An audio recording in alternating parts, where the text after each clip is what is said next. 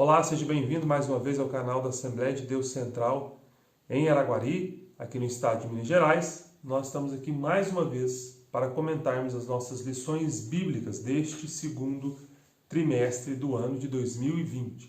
Estamos estudando a carta que Paulo escreveu aos Efésios. Já analisamos nas últimas 4 lições o primeiro capítulo desta epístola e hoje nós vamos ver os versículos de número 1 até o versículo de número 10, então do capítulo de número 2. Vamos à nossa leitura?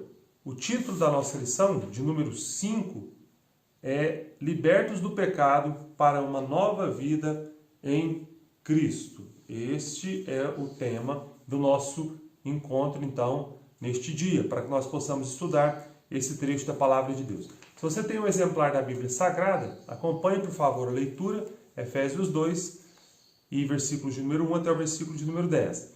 Lembrando que nós estamos estudando, nós estamos utilizando, este é o manual, lições bíblicas editadas pela CPAD, estamos estudando sobre, então, a epístola de Paulo aos Efésios. Estamos na lição de número 5.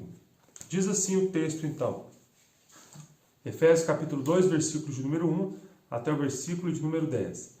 E vos vivificou, estando vós mortos em ofensas e pecados, em que noutro tempo andastes, segundo o curso deste mundo, segundo o príncipe das potestades do ar, do espírito que agora opera nos filhos da desobediência, entre os quais todos nós também antes andávamos nos desejos da nossa carne, fazendo a vontade da carne e dos pensamentos. E éramos por natureza filhos da ira, como os outros também. Mas Deus, que é riquíssimo em misericórdia, pelo seu muito amor com que nos amou, estando nós mortos em nossos delitos, nos vivificou juntamente com Cristo. Pela graça sois salvos. E nos ressuscitou juntamente com Ele, e nos fez assentar nos lugares celestiais em Cristo Jesus, para mostrar nos séculos vindouros as abundantes riquezas da sua graça, pela sua benignidade para conosco em Cristo Jesus. Porque pela graça sois salvos, por meio da fé. E isso não vem de vós, é dom de Deus. Não vem de obras, para que ninguém se glorie. Porque somos feitura sua, criados em Cristo Jesus, para as boas obras, as quais Deus preparou para que andássemos nela. Isso diz então Efésios capítulo 2, versículos de número 1 até o versículo de número 10. E lemos aqui na Bíblia, na edição, ou na versão Almeida Revista e Corrigida. Acerca deste tema, acerca dessa porção da Palavra de Deus, dos versículos de número 1 até o versículo de número 10, nós vimos que nos versículos de número 8 e versículo de número 9, são versículos centrais deste texto que nós lemos e muito conhecidos dois versículos, porque falam justamente acerca do meio pelo qual o homem pode ser salvo. Paulo falou, pela graça sois salvos. Nós poderíamos perguntar porque há diversas noções entre o povo acerca de salvação. O que o homem precisa fazer para ser salvo? Qual é a obra que o homem precisa fazer para ser salvo? Ou melhor ainda, as boas obras podem salvar o homem? Qual é o papel da fé? Qual é o papel de Deus? Qual é o papel do homem, se ele tem algum papel no processo de salvação? E qual é o papel também das obras na tentativa do homem ser salvo, ou buscar ser salvo diante de Deus? Nós queremos abordar essas questões neste encontro. O papel da fé, o papel das obras, o papel do homem e o papel de Deus na salvação. O que é necessário fazer para ser salvo? Na verdade, alguém já fez essa pergunta para Jesus Cristo em certa ocasião. Um escriba, um doutor da lei, um homem versado na lei, então ali nas escrituras do Antigo Testamento, chegou até Jesus e perguntou a ele o que era necessário fazer para que fosse salvo. Aquele homem, lá em Lucas, no capítulo de número 10, ele então tinha convicção de que a obra poderia ser alcançada mediante algum esforço humano. O homem deve fazer algum esforço para ser salvo? Sim ou não? Por outro lado, será que Deus salva o homem sem que ele faça qualquer esforço, sem que ele faça qualquer tipo de cooperação? É isso que nós vamos analisar nesta ocasião. O título da nossa lição, então, é o seguinte: Liberte do pecado para uma nova vida em Cristo. O autor, como de costume, comentarista da revista, dividiu, então, o assunto em 3 tópicos. O tópico número 1 fala da antiga natureza morta em ofensas e pecados. Antes da regeneração, antes de nós sermos salvos, nós, então, enquanto homens e mulheres distantes de Deus, andávamos mortos, segundo a Bíblia nos informa, mortos em delitos e em pecados, incapazes de nos voltarmos para Deus. Essa morte também espiritual é conhecida teologicamente como depravação total. O homem, então, depois que ele foi atingido pelo pecado, pela queda que ocorreu lá no Éden, que é algo literal, a história bíblica, então, que nos informa acerca do pecado de Eva e de Adão, é uma história literal. Se assim não fosse, o pecado então não existiria no mundo, porque Paulo deixa claro que o pecado entrou no mundo por um homem. Esse homem a quem Paulo se refere é Adão. Então, depois que nós fomos afetados pelo pecado de Adão, porque agora todos os homens pecaram, todos nós já nascemos contaminados, nós estamos num estado, então, conforme Paulo fala aqui, um estado de morte espiritual. Nós não temos condições de, sozinhos, nos voltarmos para Deus. O homem não pode, por si mesmo, se voltar para Deus e ter um encontro com Deus. E Paulo nos informa isso aqui, falando o seguinte: e nos vivificou, estando vós mortos, em ofensas e pecados, ou em delitos e em pecados. Apartados do Senhor Jesus Cristo, o homem anda, conforme Paulo também nos afirma aqui, segundo o curso deste mundo. Anda debaixo da orientação, da direção do mundo. Mundo aqui é o sistema, então, que age, que se orienta por princípios éticos, por ações morais, que são contrários, todos eles, à vontade de Deus. Então, o ser humano, no seu estágio sem Deus, sem ter um contato com Deus, sem ser iluminado pelo Espírito Santo, sem ser regenerado por Deus, ele anda morto em delitos e em pecados. O mundo, segundo a Bíblia, jaz no maligno. Então, aqueles que estão distantes de Deus, eles andam segundo a vontade do maligno, segundo a vontade de Satanás, do diabo, daquele que governa o mundo, no sentido de governar um sistema de práticas e ações que são contrárias, todas elas, à vontade de Deus. Nós, então, andávamos segundo esses princípios, segundo esses padrões que são mundanos, como é a palavra que nós normalmente utilizamos para falar do sistema que não está de acordo com a vontade de Deus. Se nós andávamos segundo o curso deste mundo, é certo que nós não éramos guiados, não éramos dirigidos pelo Espírito Santo de Deus. Mas aconteceu algo. Paulo falou também aqui que nós fomos vivificados pela graça do nosso Senhor. Nós andávamos mortos em delitos e pecados, andávamos distantes de Deus, sem paz, sem esperança, segundo o curso do mundo, mas nós fomos vivificados. Olha, aquilo que é vivificado é porque antes, então, estava morto. Foi agora trazido à vida. E foi isso que o Senhor fez exatamente por nós. Ele nos vivificou, estando nós mortos em nossos delitos e nossos pecados. E por que nós fomos vivificados? Nós fomos vivificados por uma única coisa, pelo amor de Deus, que está ligado a outra característica de Deus, que é a sua misericórdia. Não há como falar do amor de Deus sem falar da sua misericórdia. Em Efésios, capítulo de número 2, que nós lemos já, e no versículo de número 4, fala o seguinte: mas Deus, que é riquíssimo em misericórdia, pelo seu muito amor com que nos amou. Deus é rico em misericórdia e Deus nos amou. A misericórdia de Deus nunca vai estar apartada, obviamente, do seu amor.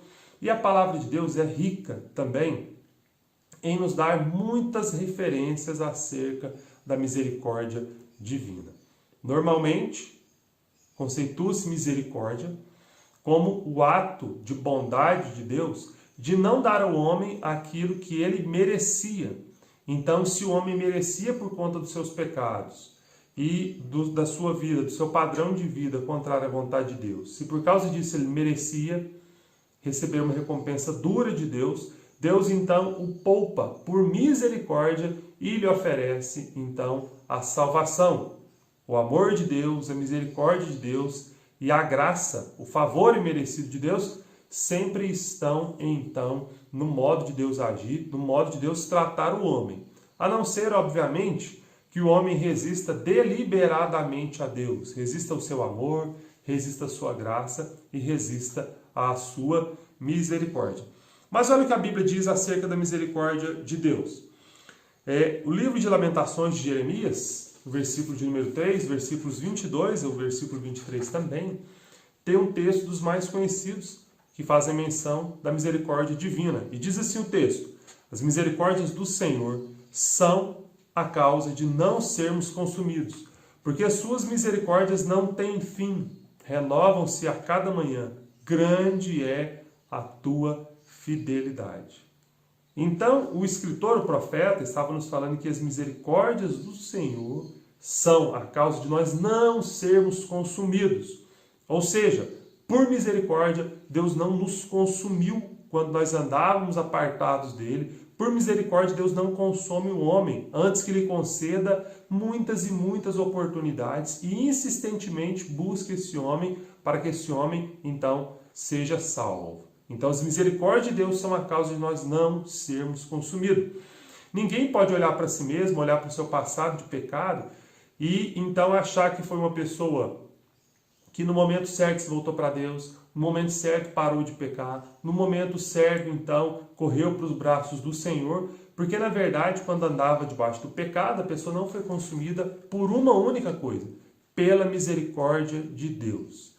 Jesus Cristo nos falou assim: se alguém quiser se gloriar, que glorie-se nisso, em saber que Ele é Deus, em saber que o seu nome está escrito no livro da vida. Mas nós não podemos nos gloriar em nada daquilo que nós fizemos, como se nós fôssemos ou tivéssemos algum mérito por termos voltado para Deus em ocasião oportuna. Nós fomos então vivificados pela graça de Deus, que está sempre caminhando junto com o amor de Deus e com a misericórdia divina. O Salmo de número 136, e se você puder ler o Salmo de número 136, é uma boa oportunidade, porque o Salmo de número 136 é um tributo à misericórdia divina. O salmista trabalha todo o Salmo 136 falando da misericórdia do Senhor. Então, em cada verso, ele coloca uma frase e depois nos fala logo em seguida, porque a sua misericórdia dura para sempre. Então, desde a criação, o salmista nos mostra ali a constituição da nação de Israel, o seu livramento do Egito, ali no Êxodo, e a introdução lá do povo na terra de Canaã. Todas essas coisas só ocorreram por conta da misericórdia divina. E você também pode fazer da forma que o salmista fez, parafraseando, cantar e alegrar-se pela misericórdia divina. Porque nós só estamos vivos porque a misericórdia do Senhor dura para sempre. Nós só estamos acordados hoje porque a sua misericórdia dura para sempre. Nós nos alimentamos porque a sua misericórdia dura para sempre. Nós nos convertemos e chegamos ao conhecimento da verdade porque a sua misericórdia dura para sempre. Nós temos esperança de ir para o céu e nos encontrarmos com nosso Senhor e Salvador Jesus Cristo, porque a sua misericórdia dura para sempre. Tudo é pela misericórdia divina. Leia o Salmo de número 136, medite neste Salmo que canta, que exalta a misericórdia divina. O autor da lição, o pastor Douglas Batista, ele nos informa ainda sobre essa misericórdia que nos vivificou. Fomos vivificados sem mérito algum. Tudo foi efetivado por meio da sua graça, o favor e merecido. Tudo foi efetivado por meio da graça de Deus. Mas alguém podia pensar, qual foi o papel do homem, então, nessa vivificação? Qual foi o papel do homem na regeneração? Se tudo foi feito pela graça de Deus, o que o homem fez? Nada. Nós temos, então, basicamente, duas visões acerca dessa possível participação do homem e da atuação de Deus na salvação. Uma visão que é monergista e outra visão que é sinergista. Essas duas palavras informam o quê? O monergismo informa que tem a ação de apenas uma pessoa. Essa uma pessoa, então, essa única pessoa seria Deus. Na visão monergista, a crença é de que a salvação depende inteiramente de Deus do início até o fim, sem qualquer cooperação do homem. Deus salva o homem e Deus chama a pessoa, e essa pessoa não tem capacidade de resistir a Deus, a sua graça, e a pessoa é salva porque Deus fez tudo, o homem não fez nada porque ele não pode fazer nada. Então Deus unicamente e de forma unilateral salva o homem. Essa é a visão monergista, que é a ação de uma só parte. Por outro lado, a outra proposta, chamada aqui de sinergismo, ela nos informa então que a salvação é inteiramente pela graça. Deus é quem salva o homem, é a graça de Deus que salva o homem. No entanto, ela exige também a livre cooperação do homem para que essa graça seja ativada. O sinergismo, então, não nega que quem opera a salvação é Deus, que é a graça de Deus, mas fala também que há necessidade da livre cooperação do homem para que essa salvação seja efetivada. Vamos a um versículo da Bíblia, a 2 versículos bíblicos, para tentar ilustrar um pouco mais quais são essas duas propostas aí que falam sobre o processo de salvação do homem. João, o Evangelho de João, no capítulo de número 6, e no versículo de número 44, ele nos informa algo sobre isso. O Evangelho de João, capítulo 6, versículo 44. Diz assim, as palavras do nosso Senhor Jesus Cristo: ninguém pode vir a mim se o Pai que o enviou não o trouxer, e eu o ressuscitarei no último dia. Noutra versão bíblica, na versão King James, diz assim: ninguém pode vir a mim a menos que o Pai, o qual me enviou, o atrair, e eu o ressuscitarei no último dia. As pessoas que defendem, então, a ideia do monergismo, que a atuação para a salvação é única e exclusivamente de Deus, entendem que a palavra atrair aqui é compelir. É como se Deus, na verdade, compelisse a pessoa e a pessoa não tivesse outra opção. Então, leem o versículo de número 44, João 6,44, e fala que ninguém pode vir a Deus, a não ser que Deus o traga de forma forçada, sem que a pessoa não possa resistir. Olha, o mesmo versículo, a mesma palavra atrair aqui, ela também está empregada no outro texto da Bíblia. Vamos a ele? A palavra atrair também está empregada lá em João, no capítulo de número 12 e versículo de número 32. Na verdade, é o mesmo verbo, apesar de as versões, às vezes, poderem variar na tradução, mas João, no capítulo de número 12, versículo de número 32, diz o seguinte: e eu, quando for levantado da terra, atrairei todos a mim mesmo. Se em João 6,44, atrair significa que Deus vai trazer o salvo até ele, de forma que ele não possa resistir, em João capítulo 12, 32, o que significa a palavra atrair?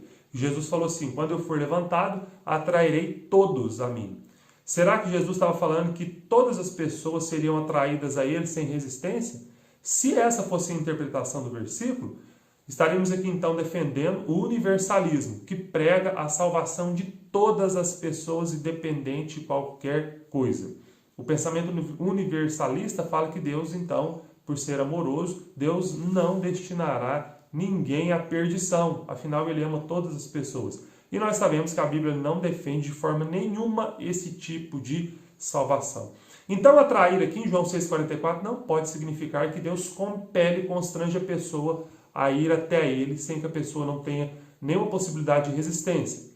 E também, atrair em João 12,32 não quer significar, não pode significar, que todas as pessoas serão salvas indistintamente.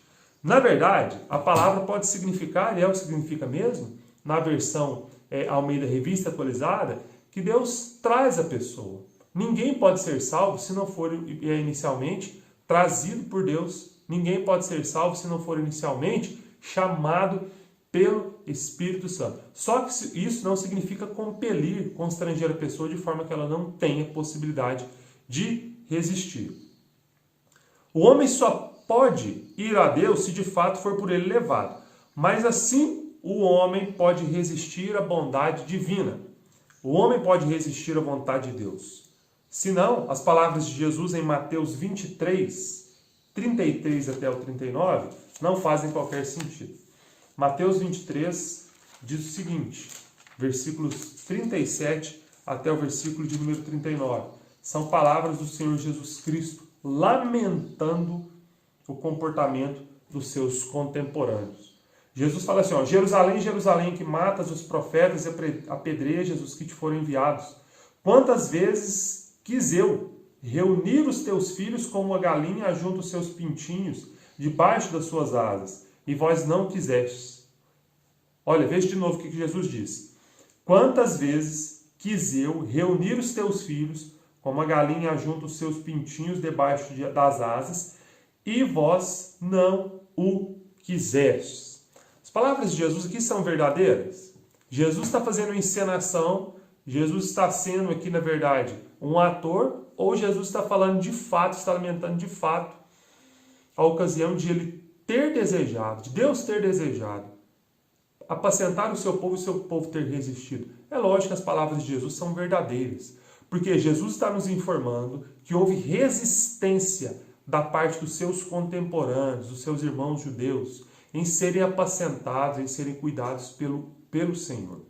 Então, o processo da salvação só pode ser efetivado se, de um lado, Deus chama a pessoa e, por outro lado, essa pessoa coopera no processo da salvação. Como que se dá isso? Como que se dá? Algumas heresias surgiram ao longo dos anos na igreja, em tantos ramos, em tantos segmentos, acerca da ideia de Deus, de Jesus, do Espírito Santo, e não de forma diferente também, heresias acerca da doutrina da salvação. E um pensamento que é incoerente com a palavra de Deus, e nós não cremos nesse pensamento, porque não tem amparo bíblico, é aquilo que foi conhecido como semi-pelagianismo. O nome deriva daquele que fez essa proposta dentro da igreja, de Pelágio, e uma das vertentes, o semi-pelagianismo aí, fala que Deus pode até oferecer a salvação ao homem. Deus oferece a salvação. Deus aponta. Deus chama o homem. Mas o homem por si só é que vai decidir se ele quer ser salvo, se ele quer se voltar para Deus ou não. O homem cooperaria com Deus no processo de salvação. Os dois, então, empregariam esforços ali para que Deus pudesse salvar o homem. Isso não encontra amparo na Bíblia, de forma nenhuma. O que nós vemos também, a outra possibilidade, é que nós já falamos aqui, do monergismo, que Deus opera e faz todo o processo de salvação, de forma que o homem não faz nada, de forma nenhuma. E a outra proposta, que é o sinergismo, fala que o homem tem sim uma parcela de cooperação, mas é muito diferente daquilo que é conhecido como o semi-pelagianismo. Na proposta sinergista, que ficou assim batizado, nós vemos que Deus chama o homem, Deus vai ao encontro do homem, Deus, por meio do Espírito Santo, ilumina o homem tem conhecimento, então, da sua situação pecaminosa. O homem, então, tem condições de ver quem é Deus e a possibilidade que lhe está sendo ofertada. A graça opera no coração do homem e o homem, agora esclarecido e tendo seus olhos abertos, ele deve cooperar livremente ou não no sentido de aceitar a proposta divina. O homem não pode salvar a si mesmo. Ele não pode encontrar a Deus também pelos seus próprios esforços. Mas uma vez iluminado, o homem pode resistir ou não à ação do Espírito Santo. E é isso que a Bíblia afirma. E é isso que nós cremos. Tanto em Atos capítulo 7, no versículo 51. Tanto no Evangelho de Mateus capítulo 23, versículo 37, que nós lemos. Deus quer apacentar o homem, Deus chama o homem, ilumina o homem, esclarece o seu entendimento, mas alguns ainda resistem e dizem não. O que opera no coração do homem para dar a ele condições de aceitar a oferta proposta por Deus? É aquilo que ficou conhecido como graça preveniente. É a graça que nos dá condição, que nos esclarece, que abre os nossos olhos. E o homem, então, alguns deles, rejeitam a salvação da parte de Deus. Então, não ao monergismo, que a salvação é operada somente por Deus, e não também ao semipelagianismo, que coloca o homem ali como que um cooperador quase que no mesmo status de Deus, os dois trabalhando juntos para o processo de salvação. Não. Deus esclarece, Deus ilumina, Deus nos dá graça, e depois de iluminados, que nós vemos a proposta de Deus, o Espírito Santo abre os nossos olhos, nós podemos cooperar ou resisti-lo. É isso que nós queremos. Ainda mais uma observação para nós passarmos para o tópico número 3. Se a salvação dependesse única e exclusivamente de Deus, como afirma o monergismo, é como se nós encontrássemos várias pessoas dentro de um poço e essas pessoas não têm força de sair para ali. Deus pode salvá-las. Deus desceria até esse poço, pegaria ali como que uma corda, enrolaria alguma dessas pessoas e tiraria algumas dessas pessoas e não salvaria as outras. Em última instância, no monergismo, as pessoas que não são salvas porque Deus não quer salvá-las. E esse pensamento não encontra de forma nenhuma amparo na Bíblia. Porque a Bíblia é clara em falar que Deus é amor e Deus ama todas as pessoas. Pela graça sois salvos, obviamente. E isso não vem de vós, é dom de Deus. Ou seja, a salvação é um dom de Deus. A salvação é um dom da graça. E a salvação não vem por obras. Aliás, o nosso tópico número 3 fala sobre isso. Qual é o papel das obras na salvação? Alguém pode ser salvo por obras? O que o homem pode fazer? Ou ele não pode fazer nada em termos de obras para ser salvos? Vamos então ao nosso tópico número 3 da lição. Tópico número 3, então, diz o seguinte: a salvação não vem das obras. Vamos então ler novamente Efésios capítulo 2, versículos 8, 9 e 10, que diz o seguinte: porque pela graça sois salvos, por meio da fé, e isso não vem de vós, é dom de Deus. Não vem de obras, para que ninguém se glorie.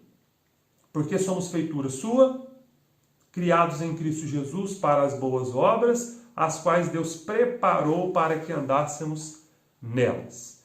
Então, a salvação, conforme Paulo nos explica, e a Bíblia nos mostra isso, a salvação não vem pelas obras. Nós somos salvos pela graça, a graça de Deus, a graça preveniente que opera no nosso coração e nos dá condições de respondermos positivamente ao chamado divino. Essa mesma graça, por meio da qual nós fomos salvos, elimina então a possibilidade de alguém fazer obras para ser salvo. Ninguém pode dizer a Deus que fez tantas obras meritórias, tantos gestos de amor, de caridade, que agora ele merece de fato a salvação.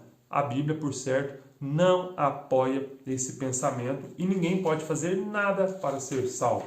Ninguém pode comprar salvação, seja por obras, seja por qualquer quantia monetária que seja.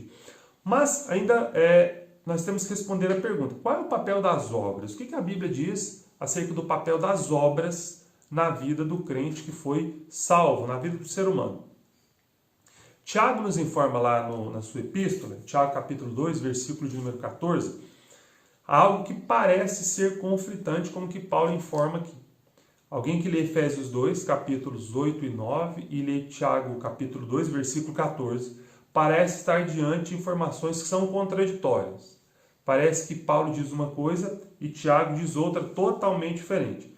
Vamos ao texto para que nós possamos ver. Tiago, capítulo de número 2 e também o versículo de número 14. Hebreus, Tiago. Tiago, capítulo 2, diz o seguinte, versículo 14. Meus irmãos, qual é o proveito de se alguém disser que tem fé, mas não tiver obras? Pode acaso semelhante fé salvá-lo? Parece-nos que aqui Tiago fala que a salvação está ligada às obras. Porque ele diz o seguinte: meus irmãos, qual é o proveito se alguém disser que tem fé, mas não tem obras? Pode acaso semelhante fé salvá-lo?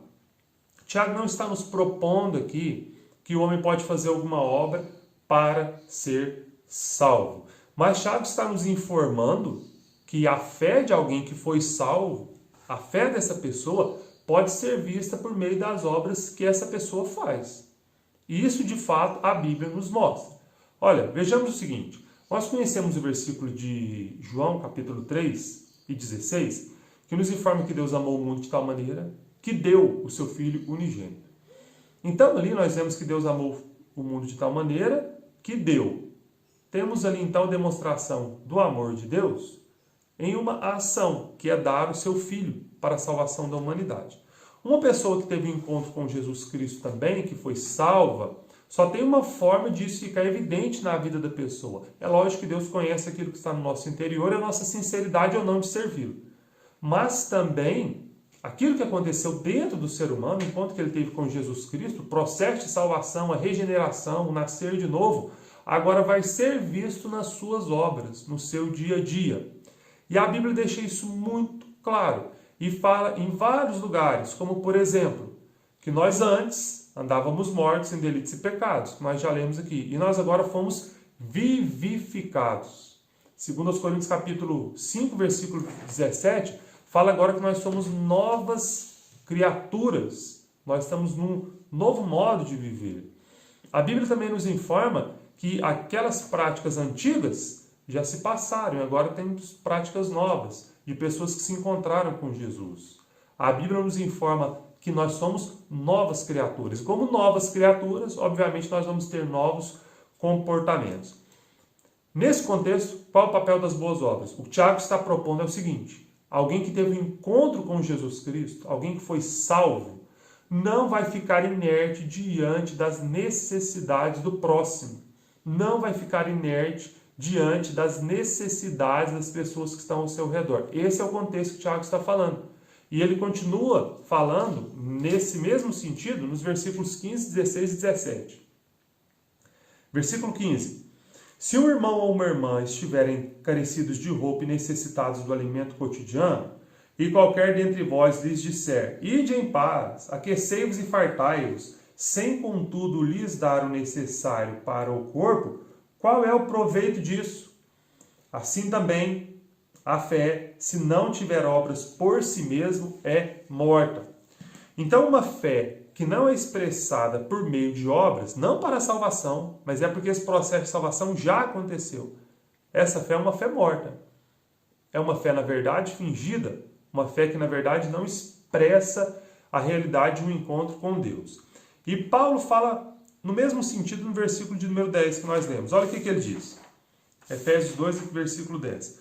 Porque somos feitura sua, criados em Cristo Jesus para as boas obras, as quais Deus preparou para que andássemos nelas.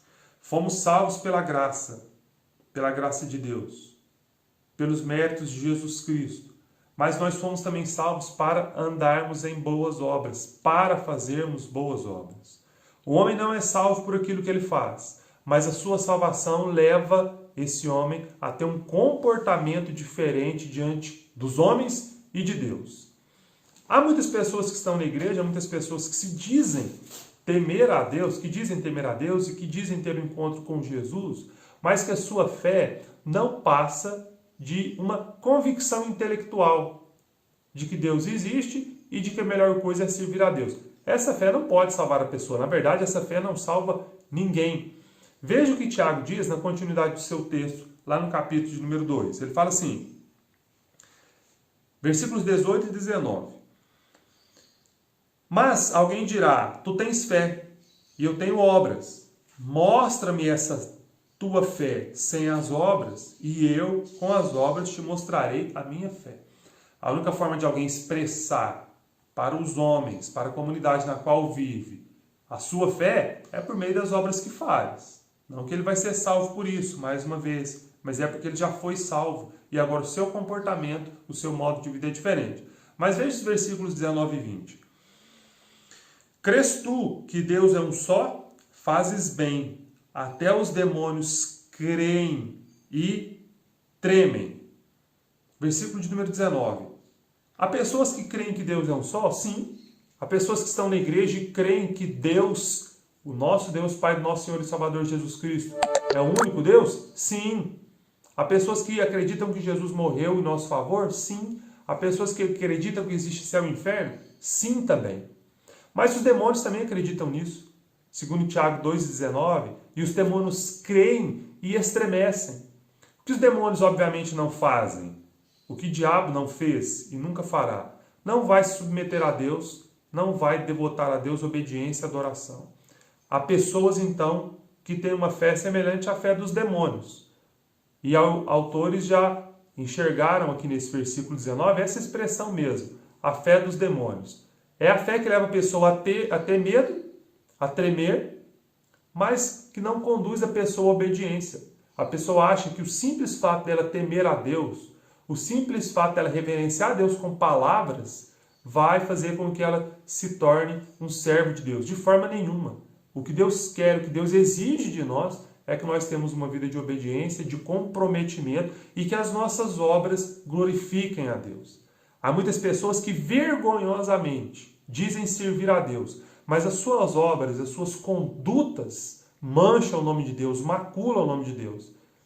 Fosse melhor que essas pessoas nunca abrissem os seus lábios para falar que temem a Deus ou que creem em Jesus Cristo. Mas quando fazem isso, falam que creem em Deus, falam que creem em Jesus Cristo, falam que creem na Bíblia, falam que vão a uma igreja, que são membros de uma igreja evangélica.